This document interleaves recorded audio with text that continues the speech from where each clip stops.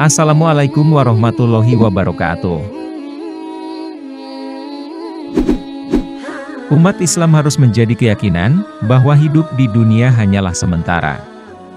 Setelah hari kiamat terjadi, setelah semua orang meninggal dunia, setelah semua orang dikumpulkan di padang mahsyar untuk dihisab, maka setelah itulah ada di antara manusia yang akan dimasukkan ke dalam surga dan akan dimasukkan ke dalam neraka. Dalam suatu riwayat dikisahkan bahwa ada orang-orang yang batal dimasukkan ke dalam neraka setelah mendapatkan vonis masuk ke dalam neraka. Lalu, apakah yang menyebabkan orang itu batal dimasukkan ke dalam neraka itu? Mau tahu jawabannya? Simak ulasannya dengan menonton video ini hingga akhir. Namun, sebelum lanjut, agar channel ini bisa menjadi lebih berkembang lagi dalam menebar kemanfaatan dan juga kebaikan, dengan kerendahan hati, saya ingin mengajak Anda untuk terus mendukung channel ini dengan cara tekan tombol like, subscribe dan aktifkan notifikasinya, serta berkomentarlah dengan bijak. Terima kasih. Sahabat sang pencinta ulama channel, di dalam sebuah riwayat khobar dikisahkan bahwa ada seorang hamba yang dihisab atau diperhitungkan amal perbuatannya kelak di hari kiamat. Ternyata, setelah amal-amal perbuatannya ditimbang di atas mizan atau timbangan amal, unggullah amal-amal perbuatan buruknya, melebihi amal-amal perbuatan baiknya.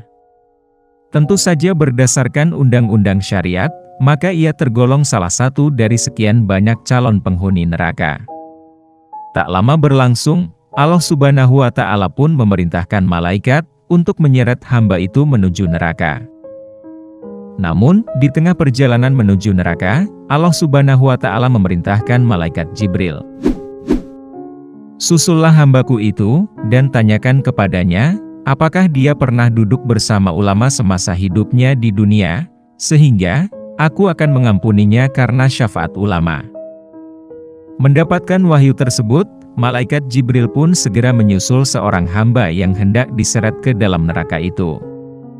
Setelah sampai dan bertemu dengannya, malaikat Jibril pun bertanya, "Wahai hamba, apakah kamu pernah duduk bersama ulama semasa hidupmu di dunia?" Sayangnya, hamba itu menjawab, "Tidak." Malaikat Jibril pun melaporkan jawaban yang telah diberikan hamba itu kepada Allah Subhanahu wa Ta'ala. "Wahai Tuhanku, sesungguhnya Engkau Maha mengetahui atas keadaan hamba-Mu." Lalu, Allah Subhanahu wa Ta'ala memerintahkan malaikat Jibril untuk menanyakan pertanyaan selanjutnya. Bertanyalah padanya, apakah dia mencintai ulama semasa hidupnya di dunia? Malaikat Jibril pun kembali bertanya kepada hamba itu, "Apakah kamu mencintai ulama semasa hidupmu di dunia?" Sayangnya, hamba itu masih menjawab, "Tidak." Lalu, Allah Subhanahu wa Ta'ala memerintahkan malaikat Jibril kembali bertanya kepada hamba yang tengah dalam perjalanan diseret menuju neraka itu. Tanyakan kepadanya, apakah dia pernah duduk menyuguhi sebuah hidangan bersama ulama, sekali saja semasa hidupnya di dunia. Malaikat Jibril pun kembali bertanya kepada hamba itu, apakah kamu pernah duduk menyuguhi hidangan bersama ulama sekali saja semasa hidupmu di dunia? Lagi-lagi hamba itu masih menjawab, tidak. Lalu, Allah Subhanahu wa Ta'ala memerintahkan malaikat Jibril untuk bertanya lagi kepadanya. Tanyakanlah kepadanya, apakah dia pernah menempati sebuah tempat yang di dalamnya ada seorang yang alim tinggal. Malaikat Jibril pun bertanya kembali kepada hamba itu, apakah kamu dulu di dunia pernah menempati sebuah tempat yang di dalamnya ada seorang yang alim tinggal?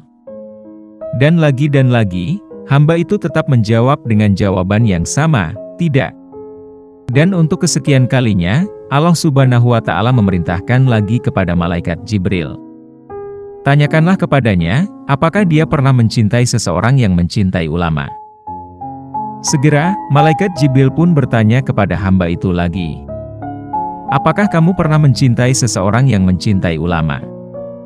Dan dari sekian banyak jawaban yang ia berikan, hamba itu pun akhirnya menjawab, iya. Lalu Allah Subhanahu wa Ta'ala memerintahkan kepada malaikat Jibril untuk membebaskan hamba yang hendak diseret ke dalam neraka itu. Peganglah tangannya, dan masukkan dia ke dalam surga, karena dia pernah mencintai seseorang yang mencintai ulama. Aku mengampuni dosa-dosanya, karena berkah dari orang itu. Dari kisah di atas, memberikan pelajaran kepada kita untuk mencintai ulama, senang berkumpul bersama ulama, dan mengikuti majelis-majelis ilmu bersama para ulama. Karena, ulama adalah pewaris para nabi.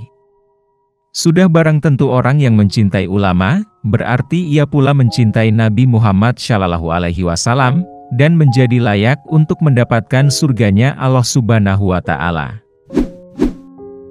Sahabat Sang Pencinta Ulama Channel, oleh karena itu, marilah kita biasakan diri kita untuk membaca sholawat kepada Nabi Muhammad SAW, dan mencintai para ulama sebagai pewaris para nabi.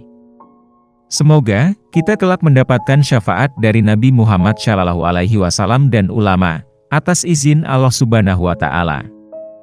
Amin ya Robbal Alamin. Jika terdapat kesalahan dalam penyampaian materi, kami mohon maaf. Itu adalah murni kesalahan dari kami sendiri. Jika benar, serta memberi manfaat bagi Anda, itu semata-mata datangnya dari Allah Subhanahu wa Ta'ala. Terima kasih sudah menonton dan sampai jumpa di video kami selanjutnya. Tetap dukung kami. Wassalamualaikum warahmatullahi wabarakatuh.